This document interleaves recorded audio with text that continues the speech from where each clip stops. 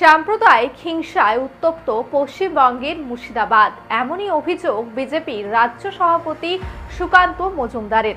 সাম্প্রদায়িক হিংসা নিয়ে বিস্ফোরক অভিযোগ করেই সোশ্যাল মিডিয়ায় বেশ কিছু ভিডিও পোস্ট করেন তিনি। মুখ্যমন্ত্রী মমতা বন্দ্যোপাধ্যায়কে তোপ দেগেই এই ভিডিও শেয়ার করেন তিনি। সেই ভিডিওর সত্যতা যাচাই করেনি বেঙ্গল সমাচার। ভিডিও সোশ্যাল মিডিয়ায় আপলোড হতেই ছড়িয়ে পড়ে নিমেষে। এই ভিডিও শেয়ার করে কেন্দ্রীয় মন্ত্রী সুকান্ত মজুমদারের অভিযোগ, মুর্শিদাবাদের বেলডাঙ্গায় বাংলাদেশ কায়দায় হিন্দু নিধন যজ্ঞ চলছে, হিন্দুদের বাড়িতে আগুন লাগিয়ে দেওয়া হচ্ছে। এই পরিস্থিতি নিয়ে মুখ্যমন্ত্রীকে কটাক্ষ করে সুকান্ত মজুমদারের প্রশ্ন, পশ্চিমবঙ্গকে কি বাংলাদেশ বানানোর পরিকল্পনা চলছে?